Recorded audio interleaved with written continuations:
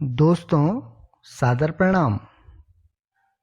आज की इस वीडियो में हम हिंदी साहित्य के मूर्धन्य साहित्यकार, महान कथा शिल्पी मुंशी प्रेमचंद जी की बाल कहानी नादान दोस्त का सारांश जानेंगे।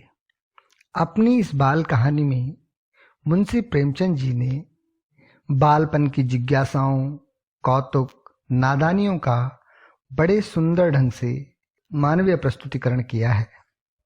इस कहानी में केशव और उसकी बहन श्यामा की नादानियों का वर्णन है। केशव के घर कार्निस के ऊपर चिड़िया ने अंडे दिए हैं।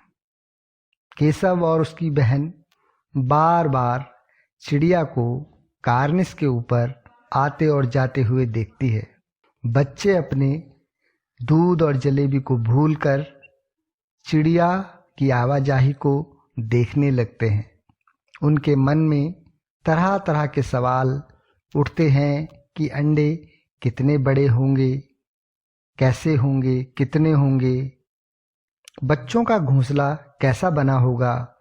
इन बातों का जवाब देने वाला कोई नहीं है। उनकी जिज्ञासाएं बहुत ही बलवती हैं। वे दोनों आपस में ही बातें करके दिल को तसल्ली दे रहे हैं। इस तरह 3-4 दिन गुजर गए। वे अंडों को देखने के लिए बड़े आतुर और अधीर हो उठते हैं। उन्होंने अनुमान लगाया कि अब बच्चे अंडों से बाहर आ गए होंगे।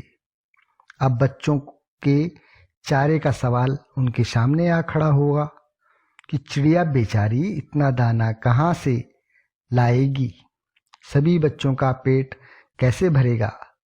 अतः दोनों भाई बहनों ने चिड़िया की सहायता करने की सोची।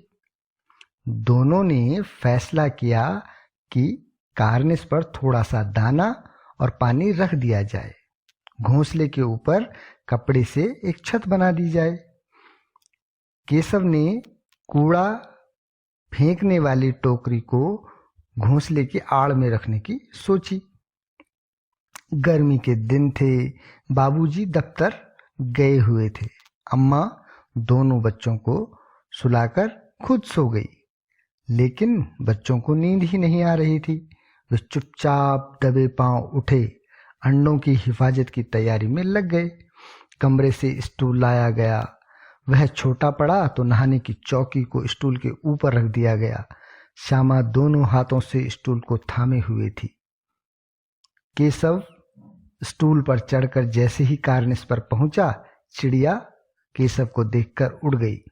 उसने देखा कि वहां 3 अंडे हैं, जिसमें से बच्चे अभी नहीं निकले हैं।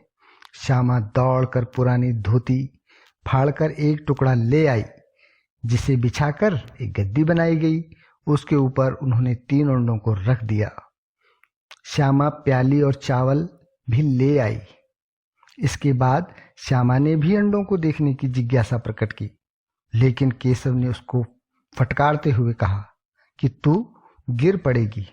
जब बच्चे बड़े हो जाएंगे तो हम उन्हें खिलाएंगे। अतः दोनों ने स्टूल और सारे सामान को उठाकर अपनी अपनी जगह रख दिया। इतने में कोठरी का दरवाजा खुलता है।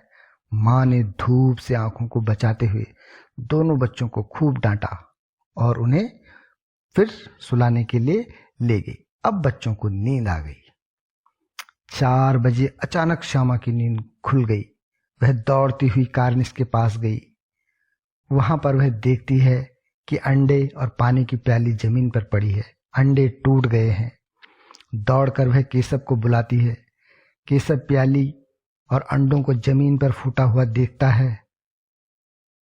तभी वहां अम्मा आ जाती है। वह दोनों को डांटती है तो श्यामा रुआंसे स्वर में अम्मा को बताती है कि केशव भैया ने अंडों के नीचे गद्दी बिछाई थी। तो माँ उन्हें डांटते हुए कहती है, तुम लोगों को इतना भी नहीं पता कि जब हम अंडों को छू लेते हैं तो वो गंदे हो जाते हैं। फिर चिड़िया उनके ऊपर बैठकर उन अंडों को नहीं सेती है। केशव को कई दिनों तक अपनी गलती का एहसास रहा। वह अंडों की हिफाजत में उनका सत्यानाश कर बैठा था। वह उन्हें अक्सर याद करके रो पड़ता था।